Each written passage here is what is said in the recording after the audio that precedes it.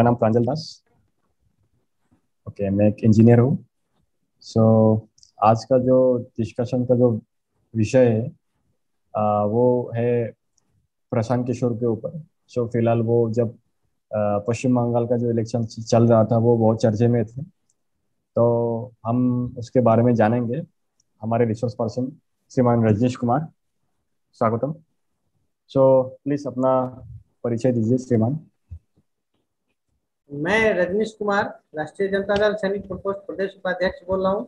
सब लोग मेरा अभिवादन स्वीकार करें और हम लोग भी बहस करेंगे। और आप लोगों से भी अनुरोध है कि उस बहस में शामिल हो, अपना कमेंट दे, जिससे कि हम बातचीत को आगे बढ़ाएं। धन्यवाद सब लोगों को। सो हमारा सर पहला क्वेश्चन है कि जो प्रशांत किशोर है वो कैप्टन अमरिंदर सिंह के एडवाइजर के हिसाब से काम कर रहा था, लेकिन फिर वो उस पद से वो इस्तीफा दे दिया। तो इसका कारण क्या हो सकता है कि वो क्यों इस्तीफा दिया? जो लोग प्रशांत किशोर, जो एक अभी विख्यात भारत में चुनावी रणनीतिकार है, हो सकता है कल आगे चल के दुनिया के रणनीतिकार बन जाए। रूस के राष्ट्रपति पुतिन के चुनाव का आयोजन करने चले जाए, या अमेरिका में जो राष्ट्रपति चुनाव है उसको भी प्रभावित करे। लेकिन भारतवर्ष में अभी वो एक निर्णायक चुनावी राजनीतिज्ञ है, और जो उनकी शैली को जानते हैं, तो सब जानते हैं कि वो जब एक बार कोई काम लेते हैं तो उसको मार्शल लॉ की तरह करते हैं। तो अभी अभी तो उन्होंने कैप्टन अमरिंदर सिंह साहब, जो पंजाब के चीफ मिनिस्टर है, उनके एडवाइजर पोस्ट से रिजाइन कर दिया। तो मुझे लग रहा है कि जो चुनाव होने हैं पंजाब में, उसमें जो प्रशांत किशोर चाह रहे होंगे कि इस तरह से चुनावी रणनीति बने, उसका हो सकता है कैप्टन साहब समर्थन नहीं कर रहे हो और थोड़ा फ्रिक्शन हो। एंड हम सब जानते हैं Prashant Kishor don't like the friction, he want to work like a well oiled smooth machine. तो उसमें कुछ कठिनाई होगी, इसीलिए मुझे जो लग रहा है, अंदर की बात तो पता नहीं, लेकिन as a politician I can view like this. So हमारा अगला क्वेश्चन कि प्रशांत किशोर का जो चुनावी रणनीति है वो कैसा है, मतलब कि वो अब जैसे कि वेस्ट बंगाल में दिखा जो तृणमूल कांग्रेस को भारी मात्रा में वोट्स मिले, तो उसका चुनावी रणनीति कैसा हो सकता है कि उसको हर बार जीत मिले? प्रशांत किशोर ये है, मैं एक मोटा मोटी तौर पे कहना चाहता हूँ कि कोई उपजाऊ खेत है, if land is fertile and seed is good, then he act like a good farm. उसमें वह बेहतरीन फसल आपको उगा के देंगे। But if land is bad, अगर जमीन बंजर है या बीज उसमें सही नहीं है, तो वहां पर प्रशांत किशोर माने कुछ नहीं कर पाते। जैसे वेस्ट बंगाल, वहां पर उनके सफलता के काफी कारण थे, क्योंकि सब लोग जानते हैं कि बीजेपी ने जिस तरह से पोलराइज किया वोटों को, तो उसी प्रोपोर्शन में प्रशांत किशोर ने मुस्लिम वोटों को पोलराइज किया, और लगातार वह 5% वोटों का गैप बनाए रहे, जिसके कारण वो जीत पाए। अब मैं एक दूसरा एग्जाम्पल देता हूँ कि जैसे उत्तर प्रदेश में कांग्रेस के रणनीतिकार थे, लेकिन वहां जमीन कांग्रेस के लिए उपजाऊ नहीं थी और न ही कोई प्रोजेक्टेड लीडर था। जैसे पश्चिम बंगाल में पॉपुलर फेस थी ममता बनर्जी, जिसको लेके वो बात है, जिसको कि हम सीड कहते हैं, लेकिन यूपी में ऐसा कोई फेस नहीं था कांग्रेस का, वहां वो फेल हो गए। मैं सबसे जो भीषण युद्ध हुआ था, चुनावी युद्ध, वो बिहार में हुआ था, जिस समय महागठबंधन बना था, नीतीश कुमार इसके प्रोजेक्टेड फेस थे। तो उस समय वह महागठबंधन के चुनावी रणनीतिकार, इतना होने के बाद वहां पर महागठबंधन, मैं तो उस पार्टी का हूं, हार रही।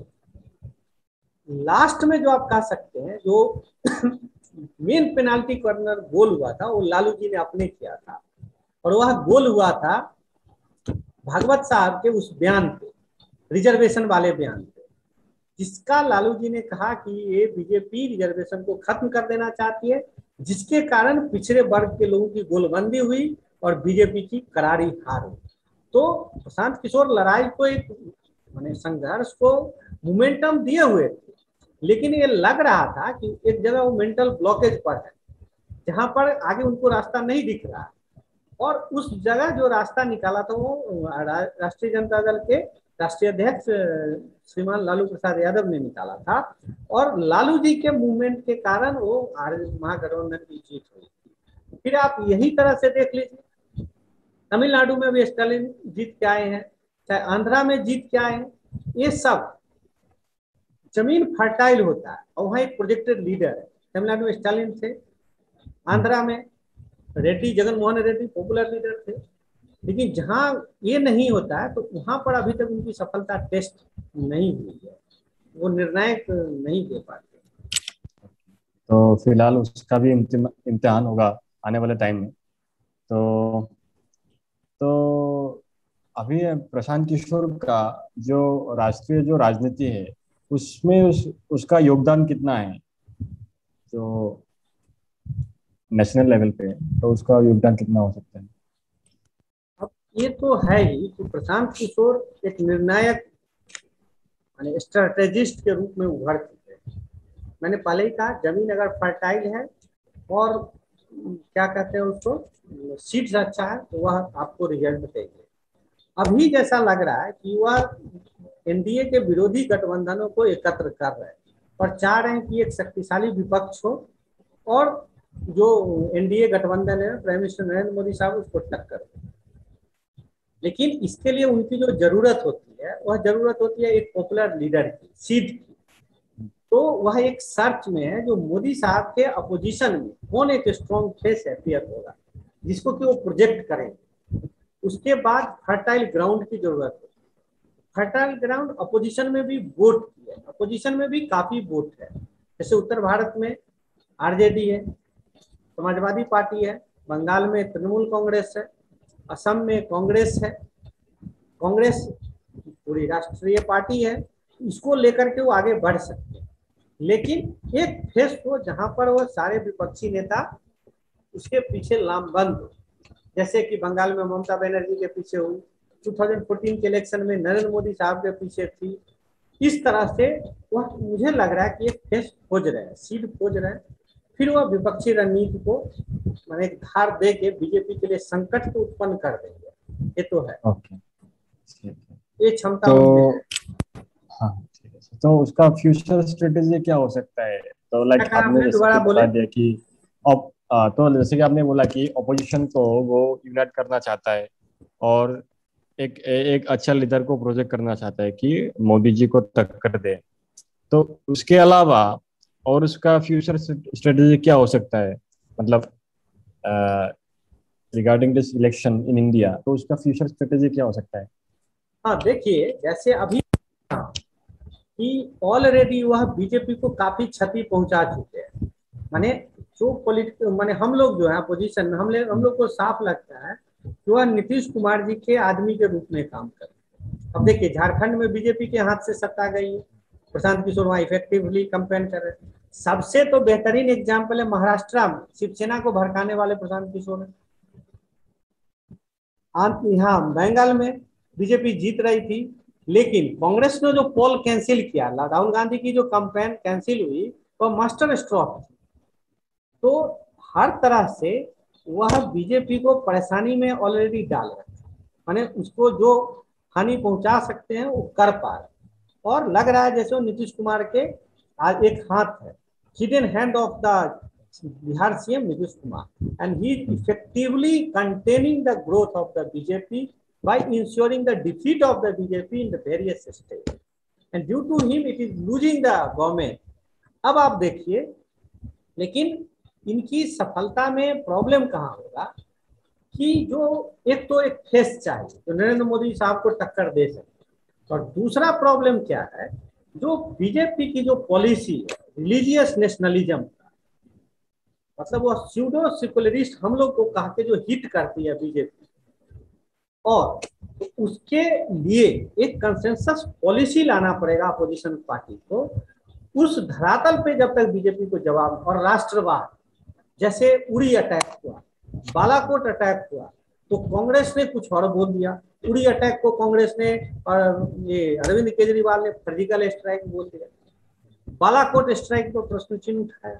तो इससे जो राष्ट्रवादी शक्तियां हैं उनको ठेस लगती है, वो नरेंद्र मोदी साहब के पीछे खत्म हो जाती है। तो जब पॉलिसी मैटर पे कोई प्रशांत किशोर एक व्यापक रणनीति नहीं प्रकाशित कर पाते हैं और एक अच्छे लीडर को लेके, तब तक मुझे जो लग रहा है कि यह तर्कस सफल होना थोड़ा मुश्किल लग रहा है, क्योंकि वो शरद पवार से मिली, राहुल गांधी से बात नहीं की, ममता बनर्जी घूम रही है।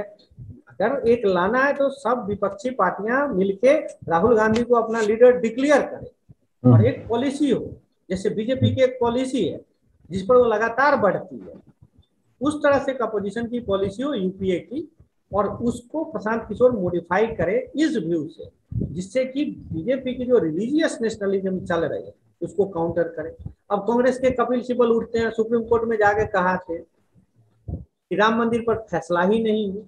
अब कोर्ट को जाके ये कहना फैसला नहीं हो, ये सेल्फ गोल हो जाता है। कपिल सिब्बल एक वकील है, उनका पर्सनल बिजनेस है, अब उसमें वो जाके चीफ जस्टिस के अगेंस्ट इम्पीचमेंट नोटिस ले आते हैं, पार्टी को बदनाम करते हैं। तो ये सब पर प्रशांत किशोर को देखना पड़ेगा, तब ये विपक्षी एकता सफल होगी।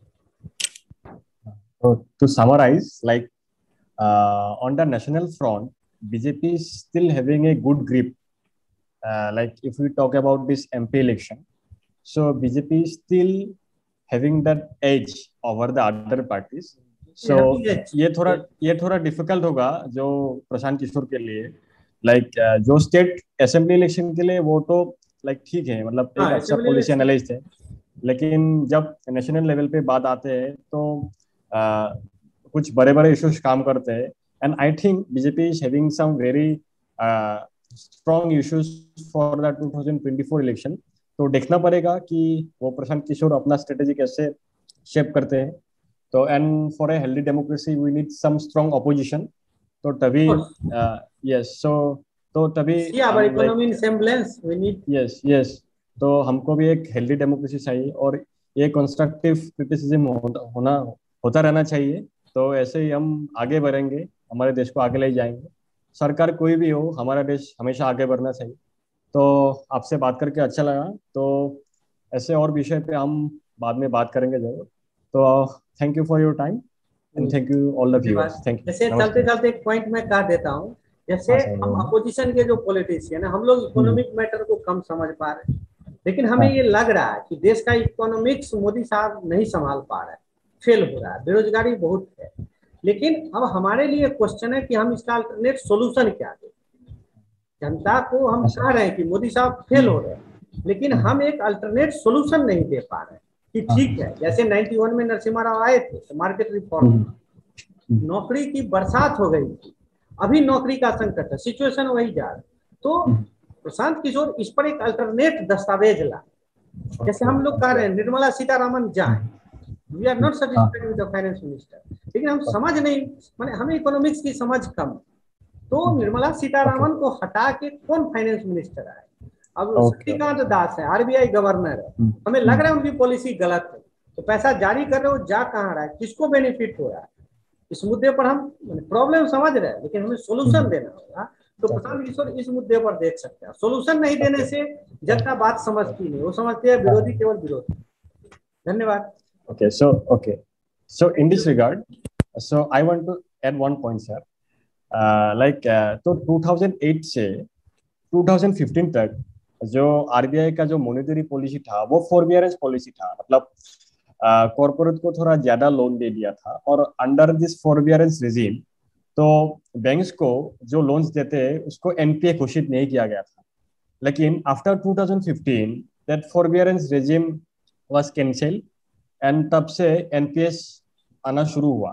तो हम ऐसा बोल सकते हैं कि जो आज इकोनॉमी का जो दुर्दशा है वो मोदी गवर्नमेंट के आने से जस्ट शुरू नहीं हुआ। और हम जो बोल रहे कि जॉब्स कम है, ये जो जॉबलेस ग्रोथ है ना, वो 2000 से दशक के ही चल रहा है। तो yes, some shortcomings are there, yes, and we need some good people in the solution के लिए बता रहे हैं। Yes we need solution. रोजगार प्रॉब्लम है, ये सरकार भी दोषी है, पिछला सरकार भी दोषी थी, लेकिन ये सरकार सोल्यूशन नहीं कर पा रहे। हम ये इशारा करना चाहते हैं। तो सोल्यूशन क्या है, हम ये कह रहे हैं तो अब सरकार नहीं सोल्यूशन कर पा रही है, पार्लियामेंट में बहस तो होती है। तो मैं ये कह रहा हूँ कि अपोजिशन से प्रशांत किशोर बहस करे और दो चार बड़े इकोनॉमिक्स को जुटाए और एक solution, alternate plan, viable solution. Yes yes yes, I mean to say this, क्योंकि हम जो नॉर्मल पॉलिटिशियन, हम इकोनॉमिक्स कम समझते। हाँ, सो तो वायबल प्लान लाने से सरकार को भी थोड़ा आसानी होगा कि ये करके तब नहीं करेगी हाँ, तो उसी पर मोदी जी को 2 पॉइंट पर आराम से आप घेर सकते हैं, जो सबसे बड़ा इकोनॉमिक्स, लेकिन अल्टरनेट विएबल प्लान लाना पड़ेगा। हाँ, जनता तो हम ऐसे ठीक है, ये जाएगा तो दूसरा आएगा तो ये लेके आए।